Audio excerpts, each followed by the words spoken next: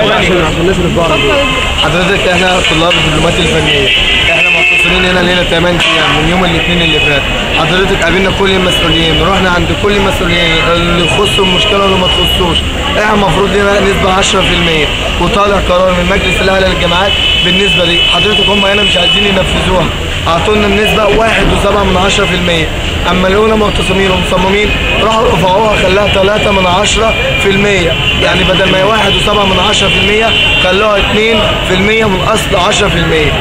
حضرتك رحنا المجلس الاعلى للجامعات، رحنا كذا مره قالوا لنا في اجتماع وفي حل ومش في حل وما حلوش. رحنا يوم الخميس اللي فات، يوم السبت اللي فات رحنا امن الجامعه رفع علينا مطاوي وما رضيش يدخلنا، مجلس الاعلى للجامعات ورفع علينا المطاوي امن الجامعه. جينا هنا قابلنا الاستاذ احمد عبد العزيز، طردنا من المكتب. قعدنا امبارح من الساعه 9 الصبح للساعه 12:30 بالليل، ما رضيناش ننزل لما نقابل الوزير، ما رضوش يخلونا نقابل الوزير. جابوا لنا الشرطه، جابوا لنا لهم الشرطه نزلنا من فوق، نزلونا بالعافيه من فوق. ده كلام ينفع نتكلم دلوقتي مسؤول يقول لنا ما فيش حد فيكم هيدخل؟ خلاص. قبل حضرتك في ناس جات لنا اللي هي بطايق الترشيح، ناس جايبه مجاميع اقل مننا ودخلت كليات هندسه. ده والسنه دي مكتوبه 2012. ده في شهر يمين، ده في شهر يمين. نفسي افهم. نيجي نتكلم فوق يقولوا لنا هو كده ما تكونش يعني جينا بنكلم الاستاذ احمد عبد العزيز هنا بنكلمه بيقول ما فيش كليه راضيه تقبلكم. ليه يا باشمهندس؟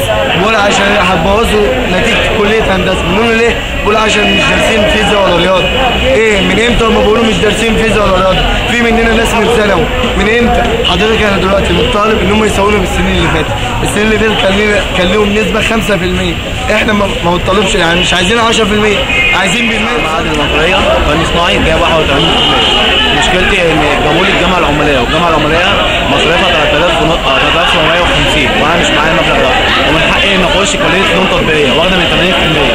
رحت علشان اقدم هناك قالوا لي لازم اختبار القدرات، ما اعرفش نختبر القدرات قبل التنسيق، بجانب ان التنسيق بتاعنا اتاخر فوق الاسبوعين، والنتيجه بتاعته برضه اتاخرت.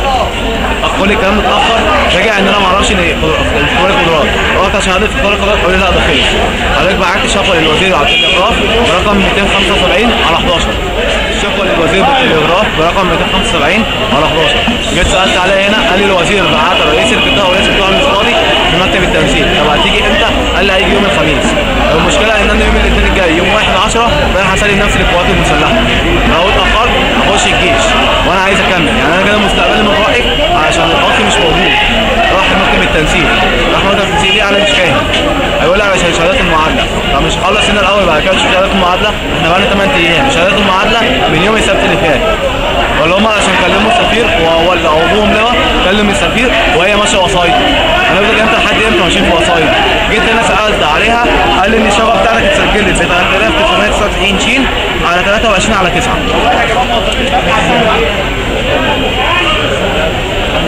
وقال لي اجي يوم الخميس. قالت لي مدام حنان، قالت لي اجي يوم الخميس اسال عليها اذا كانت قبلت ولا ما قبلتش.